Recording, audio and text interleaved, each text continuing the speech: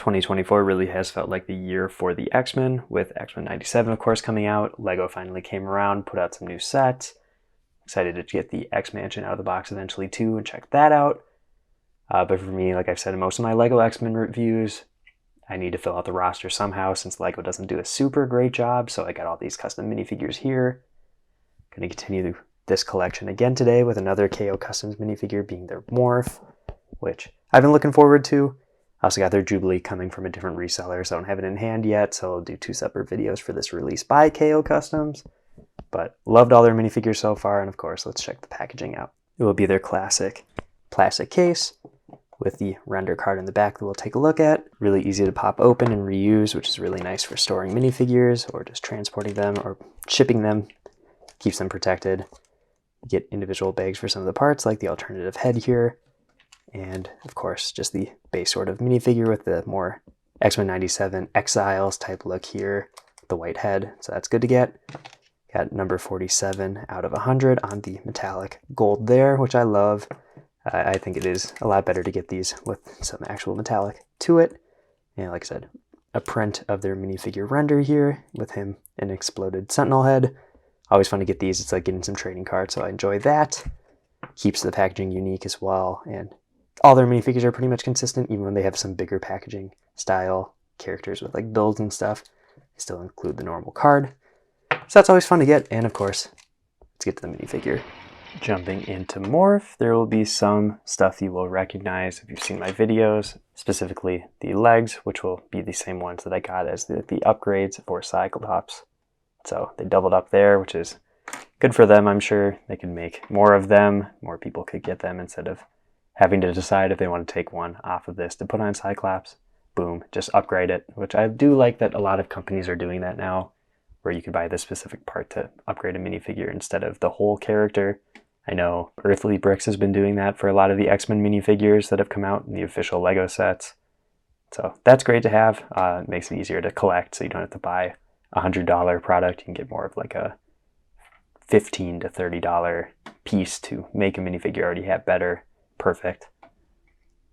One thing to point out too is that the jacket on this minifigure is actually old brown instead of reddish brown. So there is a slight color difference, which is kind of cool, and it makes it a little more retro for the 90s look, or I guess era that he would be set in. You just get the white head here. There is some, I think, light gray detailing, maybe dark gray detailing around the eyes, chin lines and such.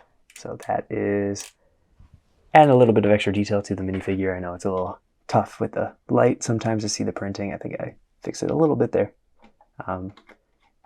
For a character like this, you know, he doesn't have like a crazy facial design or anything, so this is perfect. Does the character justice. Nothing on the back of the head though. Back of the torso, you get the same sort of elastic banding that is pretty typical for a leather jacket. Crease lines. Nothing unexpected. On the front though, you get the X-Men belt, and then there is a patch on the jacket there.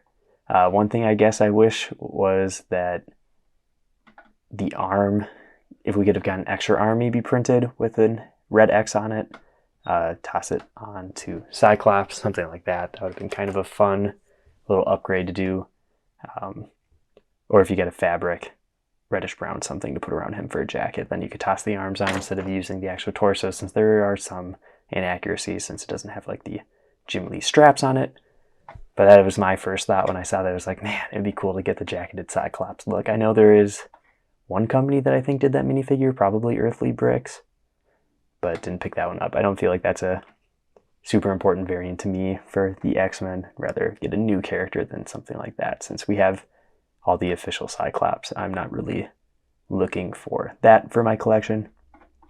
The legs though are really nice, and I did already kind of review these earlier in the year, but you get inner leg printing to completely wrap around 360 around the legs.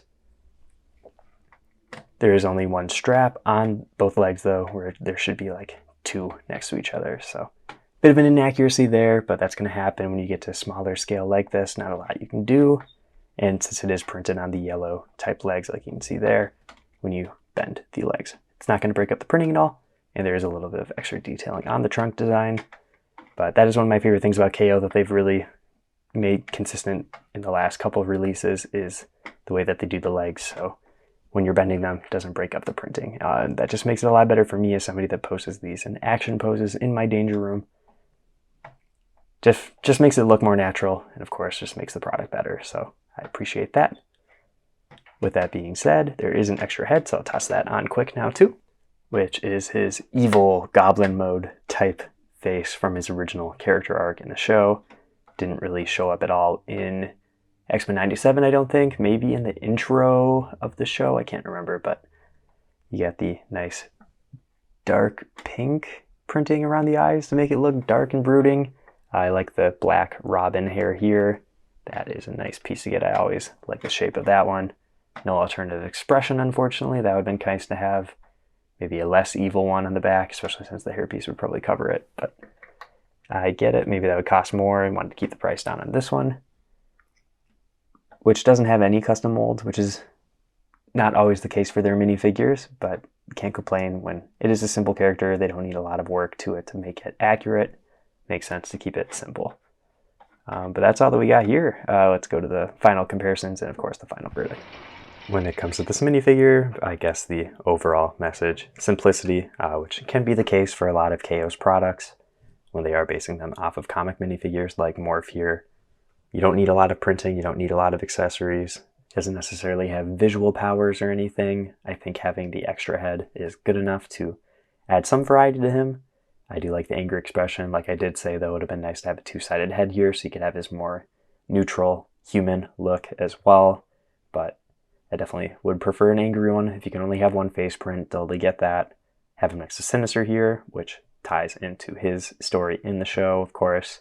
And the CMF Wolverine with the KO claws, which are chrome, which I like.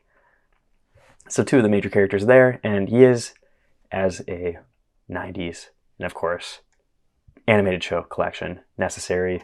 Have him tossed in with a bunch of the other 97, or X-Men 97 minifigures, I should say, in my collection. Of course, just animated show characters, which KO has pretty much covered completely, and I know that is one of the goals that he has for the minifigures that he is creating. It'll tie into Jubilee again when we get to her and I get that minifigure in hand. But again, like I say in all these X-Men videos, it's great to see LEGO going out there and putting out X-Men minifigures to begin with, and just having custom companies, even just upgrading minifigures that we already have, is very helpful to make a more definitive collection, which is what I'm going for. And Morph here. Perfect for what we're going for. I think having both options for the heads is nice. So if you're a classic animated show or 97 team, like whichever one is your preferred look, you're going to have both options. I think that's always great. And they always provide a very good amount of either double-sided faces, extra accessories, or anything like that, just to fill in your collection, give you more options. And that's why I really like their products, because I buy them and it can just be the definitive version. I don't have to worry about an upgrade coming out down the line where it's like, oh, I got to buy a second version of the character. It can happen, but not something I usually worry about. Not going to be my favorite of them, just because some of their other minifigures that they've made have just had that extra oomph that just pushes them so much further, like Gambit or Colossus with the metallic printing on that. Those just stand out to me so much, but if you need a Morph, I would definitely recommend this one. I think it is a great minifigure overall and is going to be what you're looking for. No complaints here. If you want to see more KO Customs minifigure reviews or custom LEGO X-Men videos overall, check out all the content on my channel. I have been Brick Ready Up, and I'll see you in the next video.